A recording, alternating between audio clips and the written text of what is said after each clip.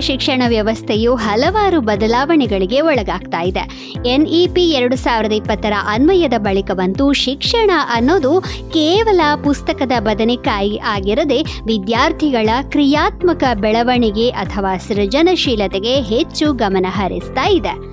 ಸೃಜನಶೀಲತೆ ಅನ್ನೋದು ಮಾನಸಿಕವಾಗಿ ಮತ್ತು ಭಾವನಾತ್ಮಕವಾಗಿ ನಮ್ಮ ಜೀವನದಲ್ಲಿ, ವೃತ್ತಿ ಜೀವನದಲ್ಲಿ ಮತ್ತು ವಿಶೇಷವಾಗಿ ವಿದ್ಯಾರ್ಥಿ ಜೀವನದಲ್ಲಿ ನಾವು ರಚನಾತ್ಮಕವಾಗಿ ಅಭಿವೃದ್ಧಿ ಹೊಂದೋಕೆ ಸಹಾಯ ಮಾಡುತ್ತೆ. ಹಿಂದೆಲ್ಲ ಶಾಲೆಗಳು ಫಲಿತಾಂಶದ ಮೇಲೇನೆ ಹೆಚ್ಚು ಕೇಂದ್ರೀಕೃತವಾಗಿದ್ದವು. ವಿದ್ಯಾರ್ಥಿಗಳು ಹಾಗೂ ಶಿಕ್ಷಕರ ಮೇಲೆ ಅಗಾಧವಾದ ಒತ್ತಡ ಇರ್ತಾ ಇತ್ತು. ಆದರೆ ಅದೃಷ್ಟವಶಾತ್ ಈಗ ಪರಿಸ್ಥಿತಿ ಬದಲಾಗ್ತಾ ಇದೆ. ಕಡೇ ಪಕ್ಷ ಕೆಲವು ಸ್ಥಳಗಳಲ್ಲಿ ಅಂದ್ರೆ NEPಯನ್ನ ಅಳವಡಿಸಿಕೊಂಡಲ್ಲಿ ಸೃಜನಶೀಲತೆಯನ್ನ ಅಳವಡಿಸಿಕೊಳ್ಳೋಕೆ ಶಿಕ್ಷಕರಿಗೆ ಸಾಕಷ್ಟು ಅವಕಾಶಗಳಿವೆ.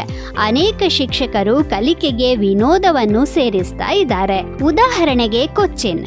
ಭಾರತದ ದಕ್ಷಿಣ ರಾಜ್ಯವಾದ ಕೇರಳದ ಈ ನಗರವು ಪ್ರಾಥಮಿಕ ಶಾಲೆಗಳಲ್ಲಿ ವಿಶಿಷ್ಟವಾದ ವ್ಯವಸ್ಥೆಯನ್ನು ಪರಿಚಯಿಸಿದೆ. ಅಲ್ಲಿ ಮಕ್ಕಳ ಅಂಕಪಟ್ಟಿಯಲ್ಲಿ ಗ್ರೇಡ್ಗಳನ್ನ ಕೈಬಿಡಲಾಗಿದೆ. ಬದಲಾಗಿ ಮಕ್ಕಳಿಗೆ ಇಮೋಜಿಗಳನ್ನ ನೀಡಲಾಗ್ತಾ ಇದೆ. ಅಂದ್ರೆ F ಗ್ರೇಡ್ಗೆ ಬದಲಾಗಿ ತಲೆಬುರುಡೆಯ ಇಮೋಜಿ, ಹಾಗೇನೆ A ಬದಲಿಗೆ ಹೃದಯದ ಸಿಂಬಲ್ ಇರೋ ಕಣ್ಣುಗಳನ್ನ ಹೊಂದಿರೋ ಇಮೋಜಿ, ಹೀಗೆ ಒಂದೊಂದು ಗ್ರೇಡ್ಗೆ ಒಂದೊಂದು ಇಮೋಜಿ.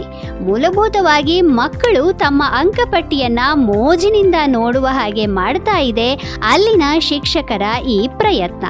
ಆಫ್ಟರ್ ಆಲ್, ಇಮೋಜಿಗಳು ಅರ್ಥ ಮಾಡಿಕೊಳ್ಳಲು ಸುಲಭ ಮತ್ತು ಅವು ವಿನೋದಮಯವೂ ಆಗಿವೆ. ಪ್ರಪಂಚದಲ್ಲಿ ವೇಗವಾಗಿ ಬೆಳೀತಾ ಇರೋ ಭಾಷೆಗಳಲ್ಲಿ ಇದು ಕೂಡ ಒಂದಾಗಿದೆ ಮತ್ತು ಮಕ್ಕಳು ಅದನ್ನ ಬೇಗನೆ ಅರ್ಥ ಮಾಡ್ಕೊಳ್ತಾರೆ. ವಿದೇಶಗಳಲ್ಲೂ ಕೂಡ ಇದನ್ನು ವ್ಯಾಪಕವಾಗಿ ಬಳಸಲಾಗ್ತಾ ಇದೆ. ಉದಾಹರಣೆಗೆ UKಯನ್ನ ತಗೊಳ್ಳಿ.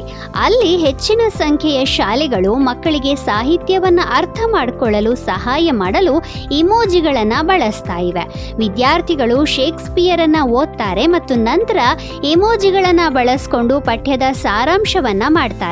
ಕಥೆಯೊಂದಿಗೆ ಭಾವನಾತ್ಮಕವಾಗಿ ಕನೆಕ್ಟ್ ಆಗೋಕೆ ಮತ್ತು ಕಲಿಕೆಯನ್ನ ಸರಳವಾಗಿ ಮತ್ತು ಸೃಜನಾತ್ಮಕವಾಗಿ ವ್ಯಕ್ತಪಡಿಸೋಕೆ ಇದು ಸಹಾಯ ಮಾಡುತ್ತೆ ಅಂತ ಅಲ್ಲಿನ ಶಿಕ್ಷಕರು ಹೇಳ್ತಾರೆ.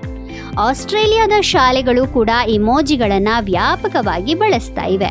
ಇಮೋಜಿಗಳು ವಿದ್ಯಾರ್ಥಿಗಳಿಗೆ ಒಳ್ಳೆಯದು ಅಂತ ಸಂಶೋಧನೆಗಳು ಕೂಡ ಹೇಳಿವೆ. ಹಾಗಾಗಿ ಭಾರತ ಮತ್ತು ಇತರೆಡೆ ಶಿಕ್ಷಕರು ತರಗತಿಗಳಲ್ಲಿ ಇಮೋಜಿಗಳನ್ನು ಅಳವಡಿಸಿಕೊಳ್ತಾ ಇದ್ದಾರೆ. ಅವರು ಮಕ್ಕಳ ಭಾಷೆಯನ್ನೇ ಮಾತನಾಡಲು ಪ್ರಯತ್ನಿಸ್ತಾ ಇದ್ದಾರೆ. ಕೆಲವೊಂದು ಶಾಲೆಗಳು ವಿವಿಧ ವರ್ಣಗಳ ನಕ್ಷತ್ರಗಳು ಅರ್ಥಾತ್ ಸ್ಟಾರ್ಗಳನ್ನು ಕೂಡ ಬಳಸ್ತಾ ಇವೆ. ಹೀಗೆ ಸ್ಟಾರ್ ಅನ್ನ ಸ್ವೀಕರಿಸೋದು ಅಥವಾ ತಮ್ಮ ಸಮವಸ್ತ್ರದಲ್ಲಿ ಅದನ್ನ ಧರಿಸೋದು ವಿದ್ಯಾರ್ಥಿಗಳಲ್ಲಿ ಹೆಮ್ಮೆಯ ಭಾವವನ್ನ ಹುಟ್ಟುಹಾಕುತ್ತೆ.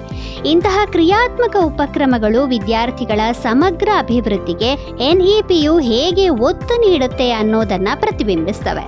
ಈ ಹೊಸ ವಿಧಾನಗಳೊಂದಿಗೆ ಸಾಂಪ್ರದಾಯಿಕ ಮೌಲ್ಯಮಾಪನಗಳ ಒತ್ತಡದಿಂದ ಮುಕ್ತವಾಗಿ ಕಲಿಕೆಯನ್ನ ಆನಂದಿಸಲು ಪುಟಾಣಿ ಮನಸ್ಸುಗಳನ್ನ ಪ್ರೋತ್ಸಾಹಿಸೋದು ಶಾಲೆಗಳ ಆಶಯವೂ ಕೂಡ ಆಗಿದೆ.